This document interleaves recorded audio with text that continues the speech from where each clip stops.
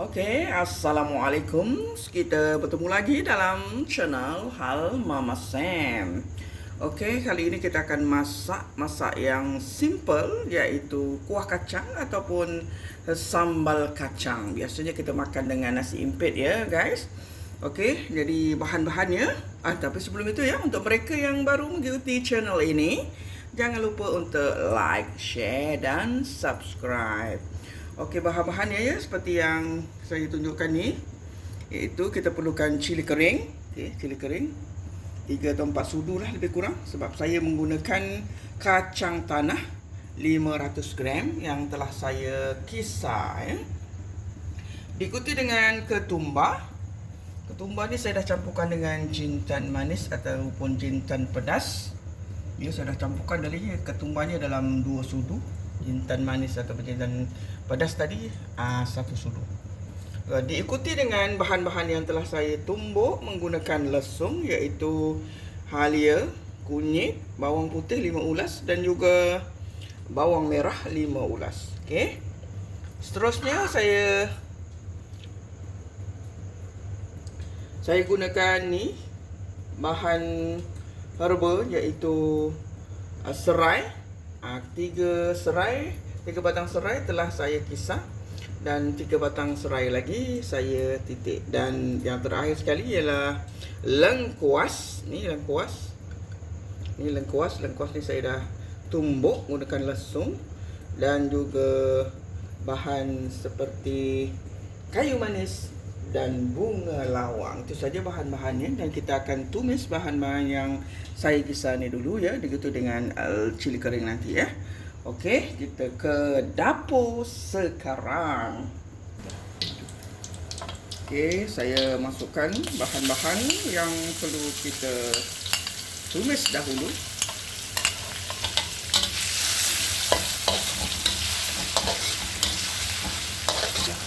Okey, saya masukkan lengkuas, ketumbar dan jintan tadi. Minyak tak perlu banyak ya, sebab kacang tanah ni nanti kalau kita masak daripada air yang banyak, dan kita akan keringkan dia supaya pekat, dia akan mengeluarkan minyak ya. Jadi tak perlu minyak yang banyak semasa menumis, takut minyaknya terlalu berlinangan ya. Serai yang telah saya kisar,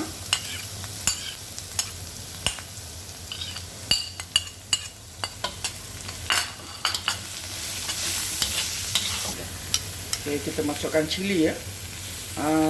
Ikut keperluan ya. Kalau perlukan pedas, kita banyakkanlah lagi ya. Kalau tak suka pedas atau tak pedas, kita ambil sedikit saja. Saya gunakan ni, saya ambil 4 sudu makan cili kering ya.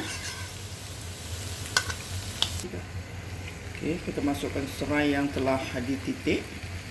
Ada orang suka kuah kacang ni dia letak perisa, contoh udang kering dan sebagainya, ada letak daging ya. Tapi yang ini saya buat kuah kacang klasik yang lama punya, yang tiada perasa lain lah, kacang semata-mata ya. Okey, selepas naik aromanya dan pecah minyak ya, kita akan masukkan air ya. Air ni kita perlukan banyak ya, sebab kacang nanti akan meresap air yang ada. Jadi saya akan masukkan banyak.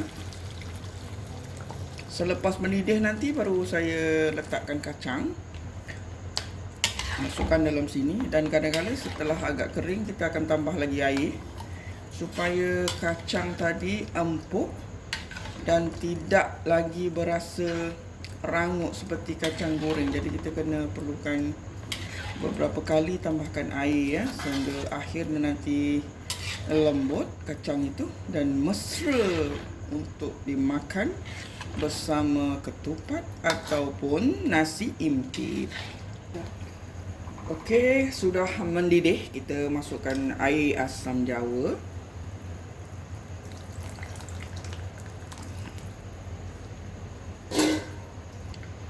diikuti dengan gula ya. Okey, kuah kacang ni biasanya manis ya. Ada yang suka lebih manis, ada yang kurang manis. Jadi ikut keperluan atau cita rasa masing-masing. Saya masukkan gula.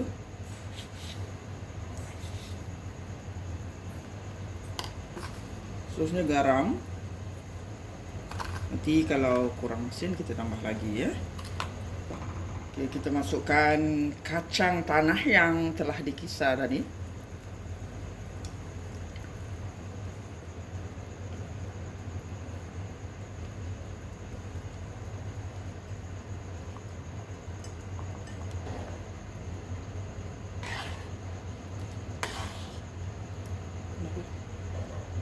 Okey, setelah kacang yang telah dikisar dimasukkan tadi, pastikan terus dikacau ya. Jangan biarkan ia bergerak. Kadang-kadang akan hangus dan akan menjadikan rasa kuah kacang itu berubah ya. Jadi kena sentiasa kacau sehingga airnya berkurangan ataupun kacang kuahnya semakin pekat. Dan kalau perlu ditambah air, tambah lagi. Dan tunggu lagi sehingga pekat ya. Okey, kuah kacang kita dah beransur pekat ya. Kita boleh angkat ni, masak. Dan perhatikan minyaknya, minyak kacang dan minyak tumisan tadi. Minyak tumisan tak perlu banyak. Jadi minyak kacang tadi akan keluar semasa kita memasak ni, dan semasa kuah ni menjadi pekat, minyak akan keluar. Jadi kalau kita gunakan minyak tumisan banyak, maka minyak akan berlinangan ya, seperti yang saya bagi tahu pada awal tadi. Jadi saya akan tutupkan api dan ini sudah boleh dimakan bersama ketupat ataupun nasi impit. Saya tutup dulu apinya ya guys. Okey, ini dia sambal ataupun kuah kacang yang telah masak tadi. Okey, boleh belah puan-puan ataupun guys cuba untuk hari raya ataupun untuk undangan makan bersama seisi keluarga. Bolehlah dicuba resipi ini ya. Ada yang menggunakan santan ya, masukkan santan saya, tapi tidak. Saya kuah kacang saya ni saya buat berdasarkan resepi tradisional ya. Jadi inilah dia kuah kacang tradisional atau kuah kacang klasik. Dan untuk itu sampai di sini saja. Kita jumpa lagi pada lain masakan dan lain video. Dan saya ucapkan Assalamualaikum.